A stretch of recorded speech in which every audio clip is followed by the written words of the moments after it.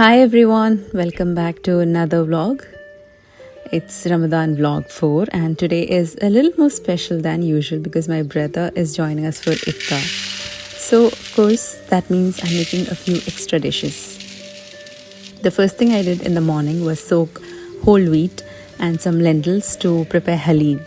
I've added all the exact measurements in the description box for you.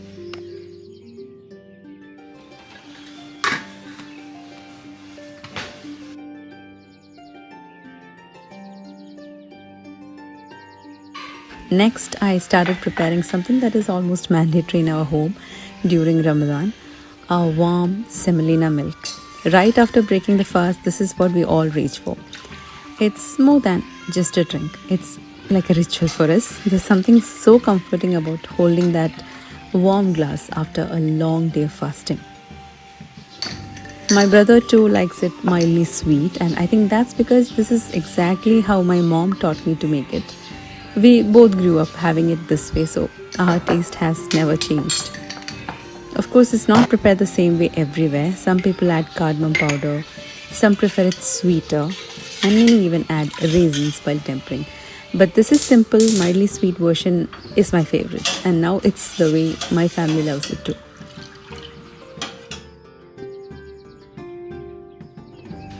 If you watched my previous vlog, you might remember the healthy drink I made for myself using dates and mangoes.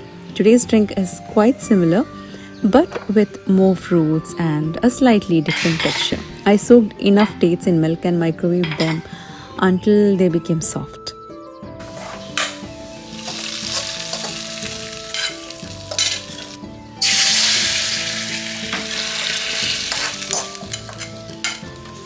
Rihan isn't home for Iftar today. He's been invited to a friend's place, so it's just the four of us, along with little Lian. For this drink, I also soaked some basil seeds.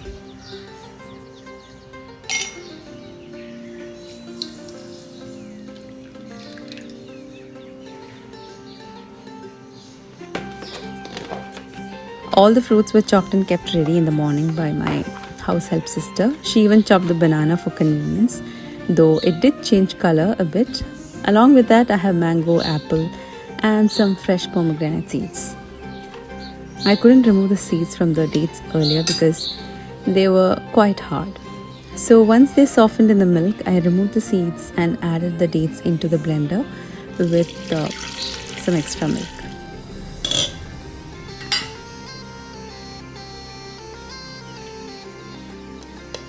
Getting the right consistency can be a bit tricky.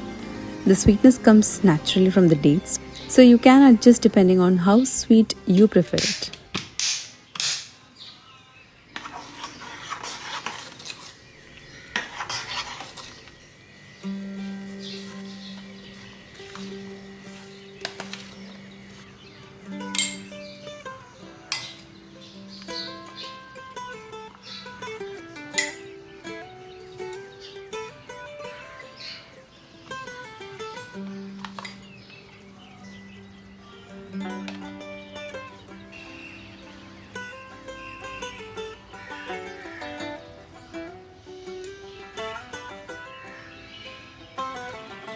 While assembling, I wanted this one to feel more like a pudding rather than a drink, so I added less liquid.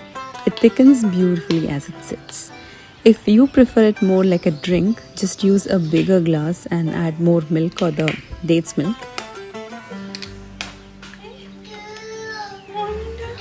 There were enough fruits and the dates milk remaining, so I added everything together in a bowl.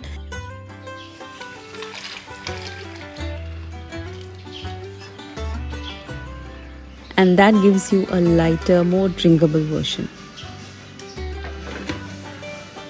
Let me be honest, this isn't as sweet as a regular fruit custard.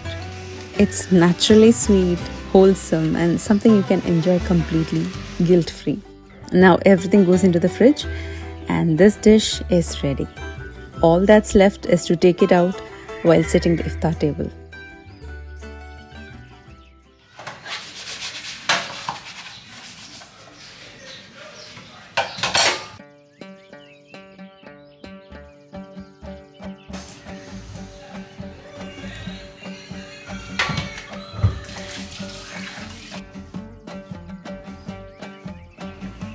Now coming to the Haleem. Traditionally, Haleem tastes absolutely delicious with mutton. That rich flavor is unmatched. But since I'm already making mutton biryani for dinner, I decided to use chicken for the Haleem today. I'm using boneless chicken.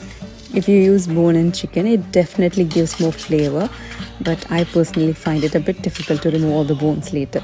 So for convenience, especially on a busy Ramadan day, boneless works perfectly for me. To the chicken, I added onion, garlic paste and one full pack of ready-made Haleem mix. Mix everything really well and keep it aside for a few minutes so the flavors combine nicely. Next, heat some oil along with a little ghee in a pressure cooker. Once it's hot, add the marinated chicken and saute it for a few minutes.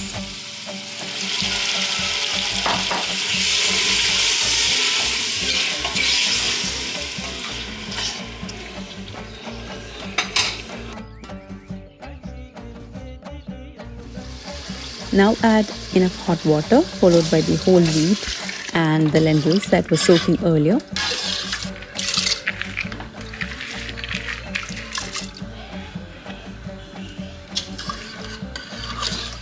Add salt according to the taste. You can add it later too. Cover the pressure cooker and cook on high flame until the first whistle. After that, reduce the flame and let it cook on simmer for around 10 minutes. If you are using mutton instead of chicken, you will definitely need to cook it for a longer time to make it soft and tender. I also wanted to make an Arabic dish called Arayes. I hope I'm pronouncing it right.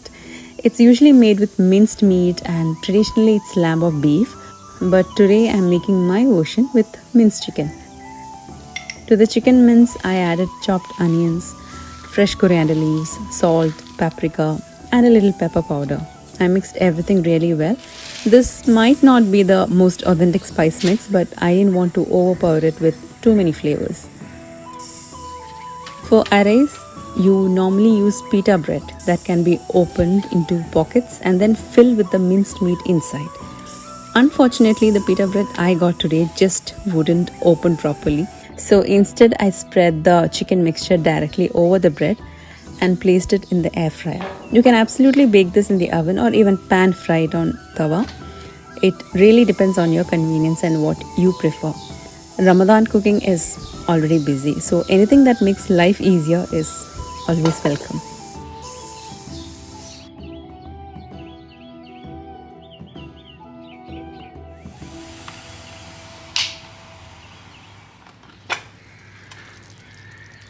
And here's the Haleem after cooking.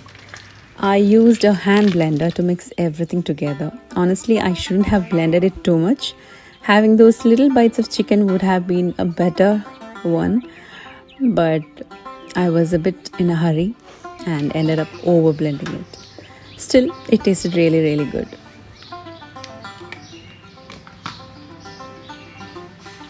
This is the oil and ghee mixture I used earlier for frying the onions. I took a little of that into the pan and poured the blended Haleem into it.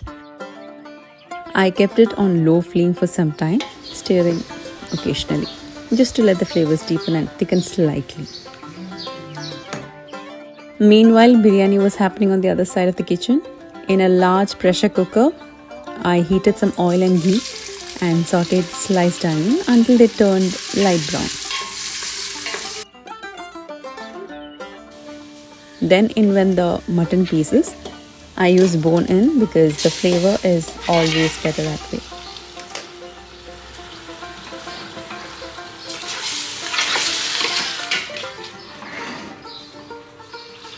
Added some chopped coriander leaves.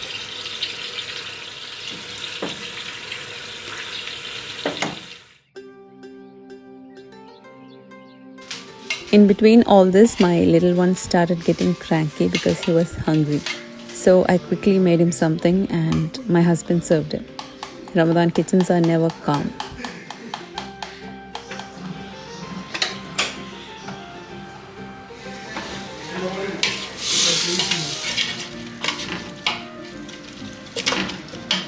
Back to the mutton, I added crushed ginger, garlic and green chillies.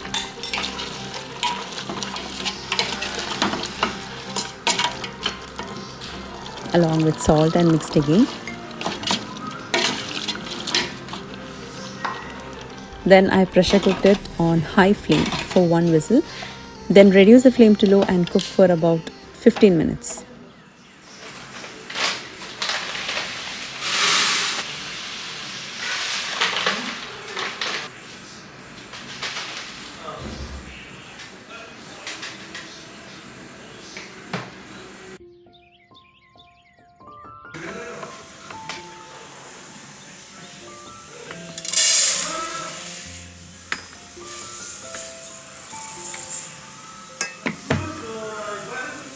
This is Malabar Biryani, so I'm using Jeera Gashala rice here.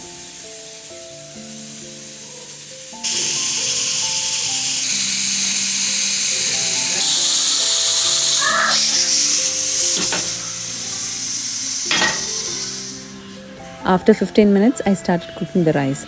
The rice and the mutton masala both need to be hot while layering, so timing is important. In another vessel, I heated a mix of oil and ghee, added whole spices, then onions. Within seconds, you need to add washed and drained rice and saute it gently on low flame for a few minutes.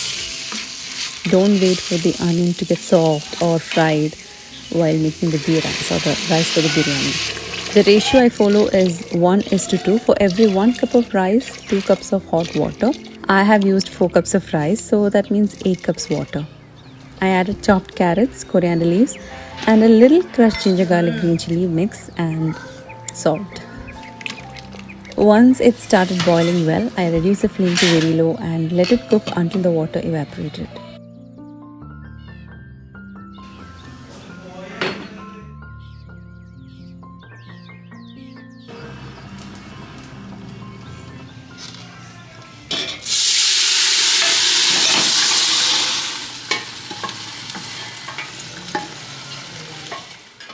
Now for finishing the masala, I transfer the cooked mutton into a bigger pot where I'll complete the dish. To that, I added chopped tomatoes, coriander leaves, fried onions and curd.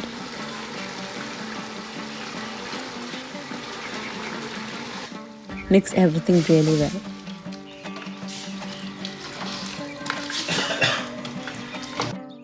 By this time the rice was done. I gently fluffed it and kept it aside.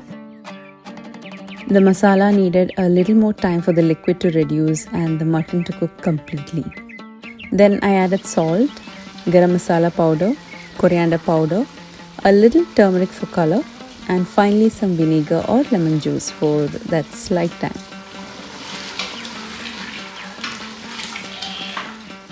A little more of fresh coriander leaves.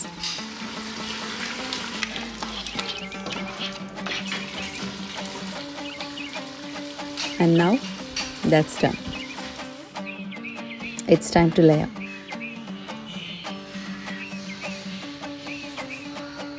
I added half of the rice first, sprinkled coriander leaves, fried onions and cashews. I didn't have raisins at that time, but it's okay. Then I repeated the same with the remaining rice. Covered it and let it cook on low flame until the steam came through beautifully. By then it was almost time for iftar. And here's the chicken arrays, my little version made my way.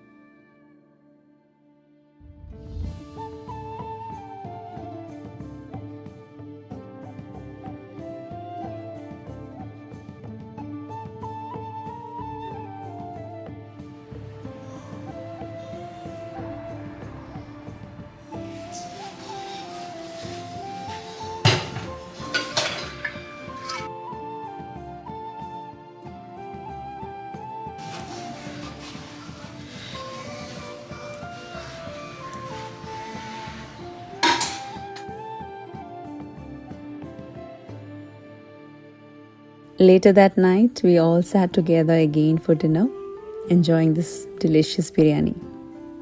And that's all for today's vlog as well. I truly hope you enjoyed watching this little glimpse into our Ramadan kitchen. Do try these recipes. I'm sure you and your family will love them. Take care everyone, and I'll see you in my next video. Bye bye.